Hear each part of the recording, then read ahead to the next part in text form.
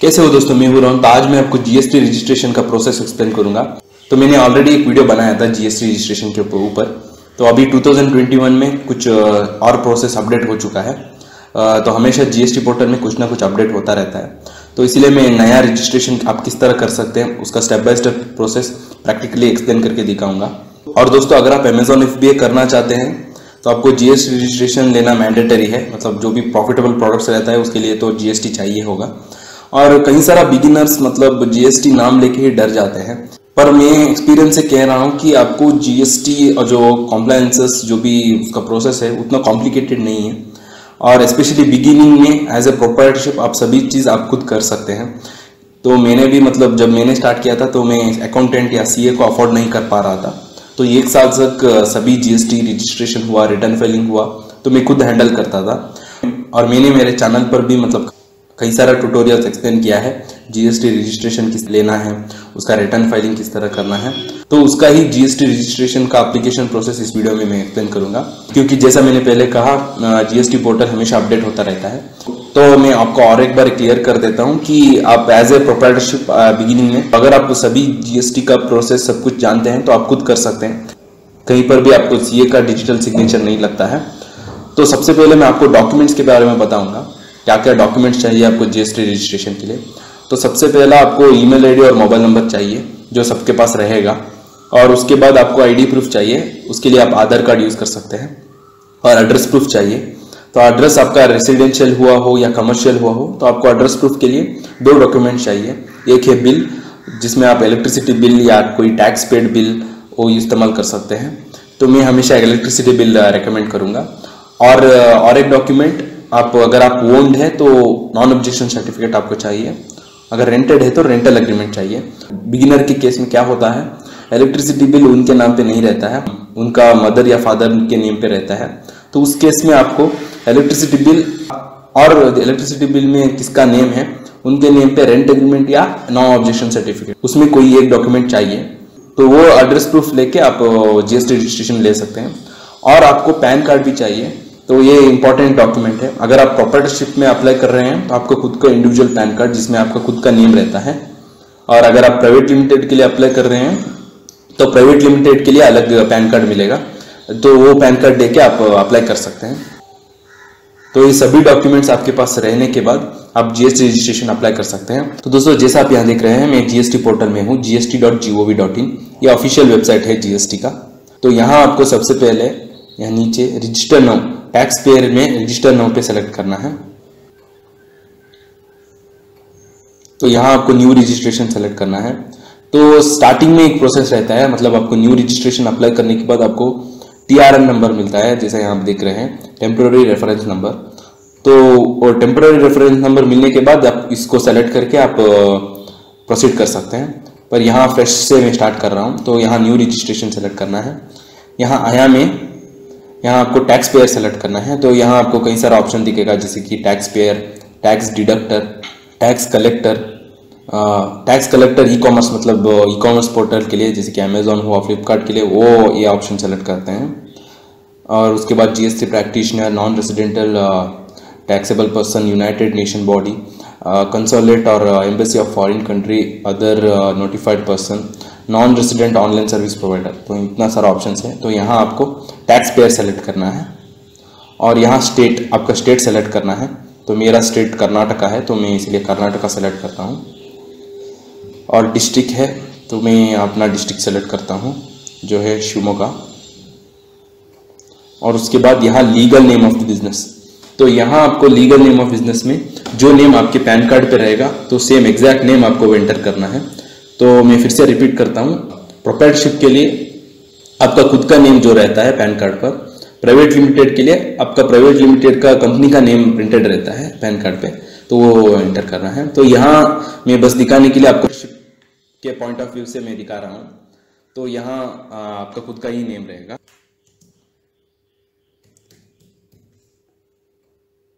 और यहाँ permanent account number जो है आपका पैन।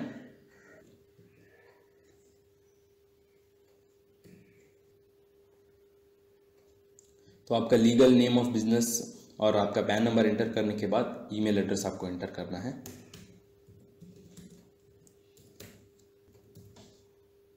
आपका मोबाइल नंबर,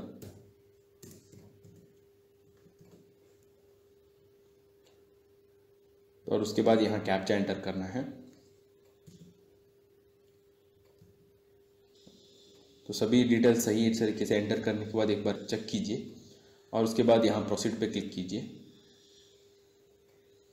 तो आपका मोबाइल पे और ईमेल पे ओटीपी आएगा, तो उस ओटीपी को आपको एंटर करना है। तो सबसे पहले मैं मोबाइल नंबर पे जो ओटीपी आया है उसको एंटर करता हूँ, और उसके बाद ईमेल का ओटीपी। तो ईमेल का ओटीपी एंटर करने के बाद प्रोसीड क्लिक करना है। तो यहाँ आप देख सकते हैं, you have successfully submitted party of registration process your temporary reference number. तो यहाँ हमको TRN नंबर मिल चुका है, यहाँ आप देख सकते हैं। तो ये हमारा TRN नंबर है। तो इस TRN नंबर लेके तो इतना दिन तक टाइम रहेगा, मतलब 29 अप्रैल 2021 तक। तो इस TRN नंबर से हम GST रजिस्ट्रेशन अप्लाई कर सकते हैं। तो मैंने पहले दिखाया था आपको, वहाँ दो ऑप्शन था, न्यू रजिस्ट्रेशन और TRN। तो अभी हमको TRN सेलेक्ट करके इस नंबर को डालना है। तो मैं फिर से आपको वो प्रोसेस दिखाता हूँ। और ये TRN नंबर आपको आपके ईमेल पर भी मेल करते हैं GST अथॉरिटी। तो फिर से मैं GST पोर्टल में आ चुका हूँ, यहाँ आप देख सकते हैं।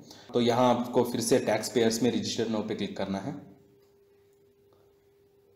और उसके बाद यहाँ आप देख सकते हैं, यहाँ TRN आपको सेलेक्ट करना है जो है टेम्पररी रेफरेंस नंबर। तो यहाँ आपको TRN नंबर एंटर करना है,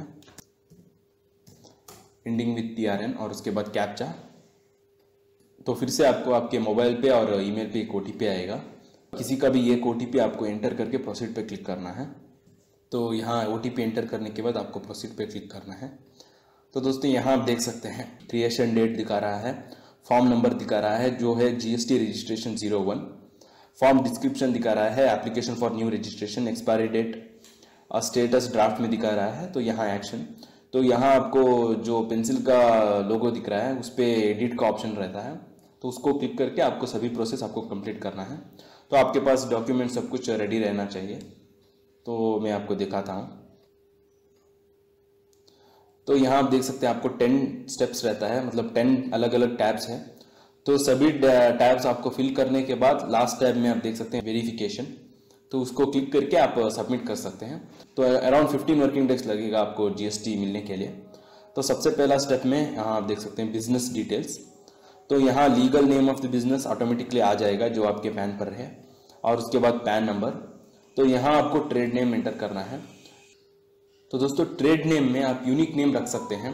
तो यूजुअली अमेजॉन FBA में हम क्या करते हैं, जो स्टोर नेम रखते हैं अमेजॉन पर, तो उसी स्टोर नेम को एज ए ट्रेड नेम यहाँ रखते हैं।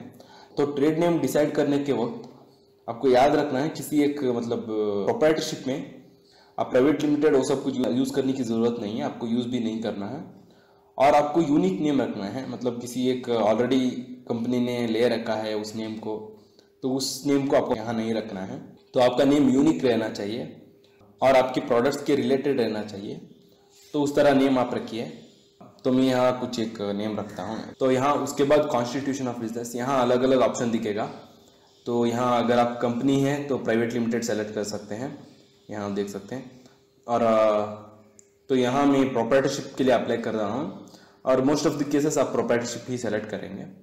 तो यहाँ प्रोप्राइटरशिप, और उसके बाद यहाँ name of the state automatically आएगा। डिस्ट्रिक्ट मैंने पहले सेलेक्ट किया था, वो भी ऑटोमेटिकली सेलेक्ट हो चुका है, शिवमोगा।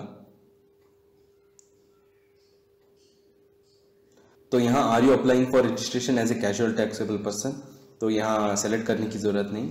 ऑप्शन फॉर कॉम्पोजिशन, ये भी सेलेक्ट करने की ज़रूरत नहीं है। आप ई-कॉमर्स के लिए अप्लाई कर रहे हैं अमेजॉन FBA करने के लिए, तो ये दोनों ऑप्शन आपके लिए एप्लीकेबल नहीं है। तो reason to obtain GST registration, तो यहाँ को कई सारा ऑप्शंस है। तो यहाँ आपको मैं इंटरस्टेट सप्लाई सेलेक्ट करूंगा, क्योंकि तो मेन रीज़न GST क्यों मैंडेटरी है अमेजॉन FBA के लिए, इंटरस्टेट सप्लाई करते हैं, वरना टर्नओवर लिमिट रहता है, मतलब 40 लाख टर्नओवर क्रॉस होने के बाद ही GST मैंडेटरी है। पर क्योंकि हम इंटरस्टेट सप्लाई कर रहे हैं, तो चाहे हमारा टर्नओवर कितना भी हो, इनिशियली ज़्यादा तो नहीं रहता है। तो इनिशियली तो मतलब बिगिनर्स के लिए कम से ही स्टार्ट होता है, तो फिर भी GST मैंडेटरी कर दिया है, तो इसीलिए इंटरस्टेट सेलेक्ट करना है। यहाँ आप देख सकते हैं ई-कॉमर्स ऑपरेटर भी है, पर ई-कॉमर्स ऑपरेटर मतलब फ्लिपकार्ट के लिए है। हम वेंडर्स हैं, मतलब उनके पोर्टल में सेल करते हैं, तो इसीलिए ई कॉमर्स ऑपरेटर सेल करने की जरूरत नहीं। चाहे तो selling through e commerce portal select कर सकते हैं, ये हमारे लिए एप्लीकेबल रहेगा, पर मैं फिर भी यहाँ इंटरस्टेड सप्लाई ही सेलेक्ट कर देता हूँ। और date of commencement of business तो मैं आज का ही सेलेक्ट कर देता हूँ। और उसके बाद date on which liability of registration arises, तो ये भी मैं सेम सेलेक्ट कर देता हूँ। और इसके बाद इंडिकेट एग्जिस्टिंग रजिस्ट्रेशन, तो अगर आपका पहले से ही कोई और रजिस्ट्रेशन है, कोई और स्टेट में आपने जीएसटी ले रखा है, उसको चाहे तो यहाँ मेंशन कर सकते हैं। तो मोस्ट ऑफ द केसेस में इसको सेलेक्ट करने की जरूरत नहीं। तो सभी ऑप्शन सेलेक्ट करने के बाद इस टैब में जो है बिजनेस डिटेल्स, तो आपको सेव एंड कंटिन्यू पे क्लिक करना है। और उसके बाद प्रमोटर्स एंड पार्टनर, तो यहाँ नेम ऑफ द पर्सन, तो जो पहला मैंने मेंशन किया था वो ऑलरेडी सेलेक्ट हो चुका है, पर यहाँ name of the father select करना है। तो यहाँ first name, middle name, last name, और उसके बाद date of birth, mobile number, email address mention करना है।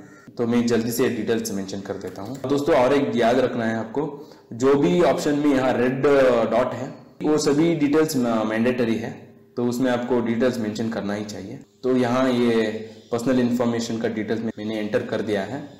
और उसके बाद यहाँ आइडेंटिटी इन्फॉर्मेशन, तो यहाँ डेजिग्नेशन आप प्रोप्राइटर सेलेक्ट कर सकते हैं। तो अगर आपके प्राइवेट लिमिटेड है तो डायरेक्टर सेलेक्ट कर सकते हैं।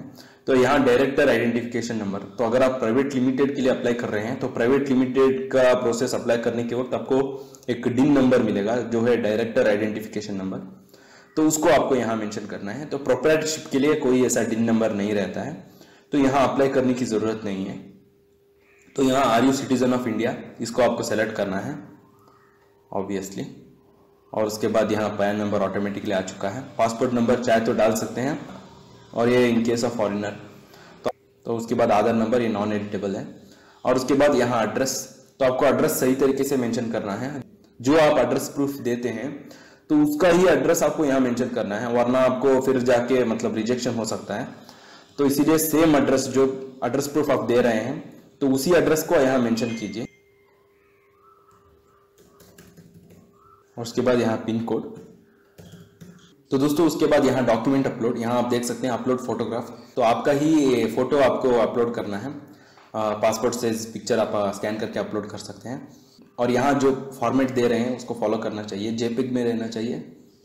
और मैक्सिमम फाइल साइज 100 KB रहना चाहिए, मतलब 100 KB से कम फाइल साइज रहना चाहिए।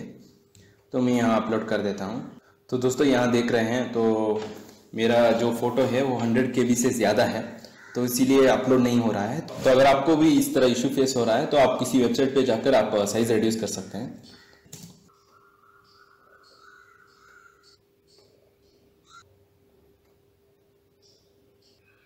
तो यहाँ आपको साइज भी दिखा रहा है, आप देख सकते हैं 33 KB। तो इसको आप डाउनलोड कर देता हूँ। तो अभी उसको मैं यहाँ अपलोड कर देता हूँ।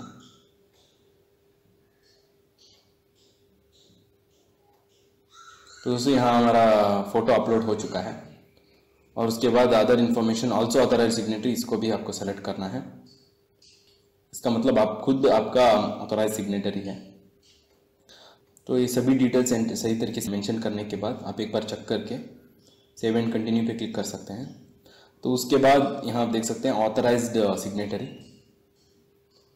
तो यहाँ प्राइमरी ऑथराइज सिग्नेटरी पे आपको सेलेक्ट करना है। तो यहाँ पर्सनल इन्फॉर्मेशन में ऑलरेडी सभी डिटेल्स ऑलरेडी मेंशन हो चुका है ऑटोमेटिकली। आइडेंटिटी इन्फॉर्मेशन में भी सभी इंक्लूड हो चुका है, क्योंकि वहाँ हमने ऑल्सो ऑथराइज सिग्नेटरी पे सेलेक्ट किया था। तो उसके बाद यहाँ नीचे आप देख सकते हैं proof of details of authorise signatory, तो यहाँ भी ऑप्शन आपको अपलोड करने की ज़रूरत नहीं है, क्योंकि वहाँ हमने ऑल्सो ऑथराइज सिग्नेटरी सेलेक्ट किया था। तो सेव एंड कंटिन्यू। और उसके बाद यहाँ ऑथराइज रिप्रेजेंटेटिव, तो do you have any authorise representative, इसको सेलेक्ट करने की ज़रूरत नहीं है। अगर है तो आप चाहे तो सेलेक्ट करके उनका भी डिटेल्स ऐड कर सकते हैं। तो यहाँ हमने ऑल्सो ऑथराइज सिग्नेटरी हम ही खुद सेलेक्ट किया था, तो यही ऑप्शन आपके लिए भी सही रहेगा मोस्ट ऑफ द बिगिनर्स के लिए सेलिंग करने की सोचते हैं। तो उसके बाद सेव एंड कंटिन्यू। तो दोस्तों यहाँ प्रिंसिपल प्लेस ऑफ बिजनेस, तो यहाँ आपको एड्रेस मेंशन करना है। तो मैं जल्दी से सभी डिटेल्स एंटर कर देता हूँ। उसके बाद यहाँ डिस्ट्रिक्ट सेलेक्ट करना है और यहाँ पिन कोड।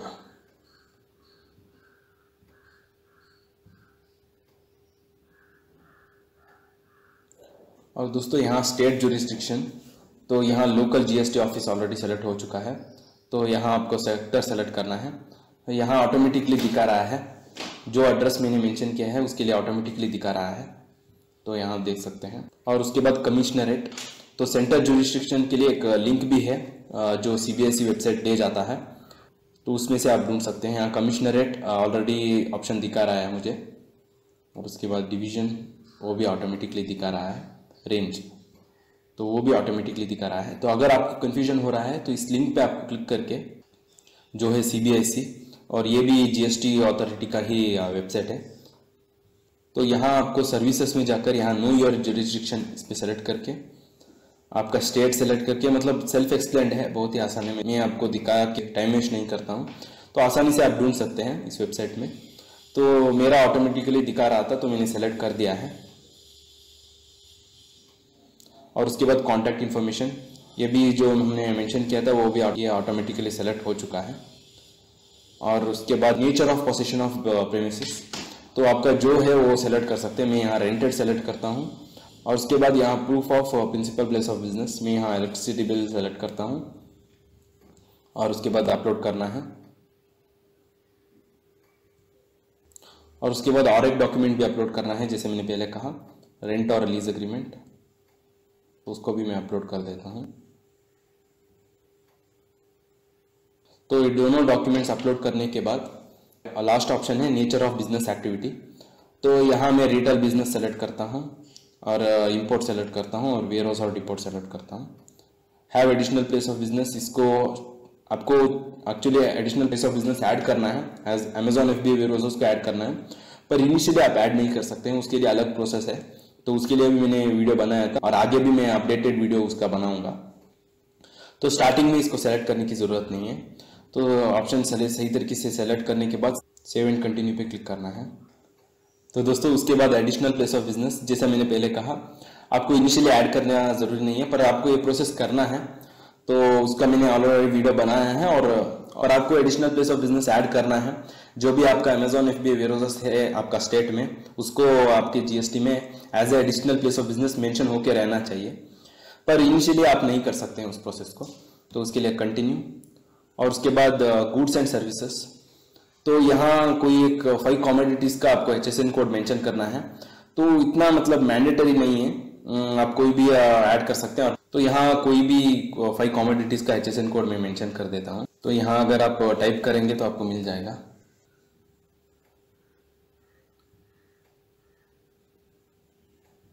तो मैंने एक रैंडमली सेलेक्ट कर दिया है, तो उसके बाद सेव एंड कंटिन्यू। तो दोस्तों यहाँ स्टेट स्पेसिफिक इंफॉर्मेशन, तो ये आपके लिए नहीं रहेगा, मतलब professional tax employee ID, state excise licence number, professional tax registration certificate, name of the person in whose name excise licence is held, तो ये हमारे लिए एप्लीकेबल नहीं है। तो सेव एंड कंटिन्यू पे क्लिक कर देता हूँ। और दोस्तों उसके बाद यहाँ आप देख सकते हैं आधार ऑथेंटिकेशन, तो आपको यहाँ SC सेलेक्ट करना है और उसके बाद सेव एंड कंटिन्यू। तो यहाँ 3 पॉइंट्स उन्होंने मेंशन किया है। Authentication request shall be shared on mobile number, email upon submission of application of promoters, partners and primary authorized signatory which are selected. ARN would be generated once Aadhaar authentication exercise is completed for all applicable person whose name are selected in the table. Kindly select at least one person from promoter or partner for Aadhaar authentication. तो इसका मतलब जो भी आपका आधार registered mobile number और email ID है उस पर OTP आएगा, तो किसी एक पार्टनर, मतलब यहाँ इस केस में एक ही प्रमोटर है और वो खुद ऑथराइज सिग्नेटरी है, तो उसका ही ईमेल और मोबाइल नंबर पे OTP आएगा। तो ये सभी डिटेल्स देखकर सेलेक्ट करने के बाद सेव एंड कंटिन्यू पे क्लिक करना है। और यहाँ वार्निंग भी दिखा रहा है, तो यहाँ ओके पे क्लिक करना है। तो दोस्तों लास्ट स्टेप है वेरिफिकेशन। तो यहाँ आपको I hear bye solemnly affirm and declare the information given herein above is true and correct to the best of my knowledge and belief and nothing has been concealed therefrom। तो इस checkbox पे आपको click करना है और यहाँ name of the authorize signatory select करना है। यहाँ ऑप्शन दिखा रहा है ऑटोमेटिकली, यहाँ प्लेस सेलेक्ट करना है और यहाँ डेट दिखा रहा है। तो यहाँ आपको 2 ऑप्शन दिखा रहा है, सबमिट विद DSC और सबमिट विद EBC। तो सबमिट विथ ईवीसी मतलब आपके रजिस्टर्ड मोबाइल नंबर पे ओटीपी आएगा, तो उस ओटीपी एंटर करने के बाद आपका रजिस्ट्रेशन कंप्लीट हो जाएगा। और दोस्तों अगर आप प्राइवेट लिमिटेड के लिए अप्लाई कर रहे हैं तो यहाँ सबमिट विथ ईवीसी का ऑप्शन आपको नहीं मिलेगा, आपको सिर्फ सबमिट विथ डीएससी का ऑप्शन मिलेगा। तो वो डिजिटल सिग्नेचर है, मतलब एक पेन ड्राइव रहता है, उसको डालकर आप सबमिट करना है आपको। वो भी प्रोसेस मैंने रिटर्न फाइलिंग का प्रोसेस में मैंने एक्सप्लेन किया था, क्योंकि मेरा प्राइवेट लिमिटेड कंपनी है। तो इस केस में जैसा मैंने पहले कहा प्रोप्राइटरशिप के लिए मैं दिखा रहा था, तो यहाँ सबमिट विथ ईवीसी सेलेक्ट करना है। तो मैं एक्चुअली प्रोसेस मतलब जीएसटी अप्लाई नहीं कर रहा हूँ, तो मैं आपको एक्सप्लेन करने के लिए दिखा रहा था। तो आपको यहाँ सबमिट विथ ईवीसी पे क्लिक करके आपको ओटीपी एंटर करना है। तो एंटर करने के बाद आपको कुछ 15 वर्किंग डेज के बाद आपका यूजर नेम और पासवर्ड, आपका जीएसटी नंबर आपके मेल पे आएगा। प्रीटी मच सेल्फ एक्सप्लेन है। और उसके बाद यहाँ सर्विसेज में आपका जीएसटी सर्टिफिकेट आप डाउनलोड कर सकते हैं, वो है GST 06 यूजर सर्विसेज में आपको दिख जाएगा। तो ये वीडियो मैंने इसीलिए बनाया है क्योंकि कई सारा बिगिनर्स एंटरप्रेन्योर्स मतलब जीएसटी को ही एक एक्सक्यूज मानकर एक्शन नहीं लेते हैं, तो इसीलिए मैंने वीडियो बनाया है। उतना कॉम्प्लिकेटेड चीज नहीं है दोस्तों। तो मेरा यूट्यूब चैनल मैंने इसीलिए ही बनाया था कि मतलब सभी लीगल और टैक्सेशन भी जितना हो सके मैं एक्सप्लेन कर सकूं। तो इसीलिए मैंने एक प्लेलिस्ट भी बना रखा है लीगल और टैक्सेशन के लिए, और उसमें मैंने कई सारा कंटेंट्स भी शेयर कर दिया है। और उसी तरह कई सारा और टॉपिक्स है लीगल और टैक्सेशन, तो उसके बारे में मैं वीडियोस डालते रहूंगा, क्योंकि एज ए एंटरप्रेन्योर आपको सभी एस्पेक्ट्स पे आपको नॉलेज रहना चाहिए, तभी आप ग्रो हो सकते हैं। तो उम्मीद करता हूं दोस्तों ये वीडियो आपको हेल्पफुल हुआ होगा, और इसी तरह मेरे साथ जुड़े रहे। मैं आपके साथ और भी ई-कॉमर्स का नॉलेज और एक्सपीरियंस शेयर करता रहूंगा। और अगर आपको Amazon FBA करना है, आप एक बिगिनर है, आपको एक स्टेप बाय स्टेप प्रोग्राम चाहिए जिसमें आपको पर्सनल मेंटरशिप भी रहेगा, तो मेरा मेंटरशिप प्रोग्राम आप ज्वाइन हो सकते हैं। डिस्क्रिप्शन में पहला लिंक में आपको मिल जाएगा, उसमें आपको प्रीमियम कोर्स मिलेगा हमारा एंड्रॉइड एप्लीकेशन के जरिए, और पर्सनल मेंटरशिप भी रहेगा जो 1-on-1 रहता है। तो बस धन्यवाद दोस्तों, फिर मिलेंगे।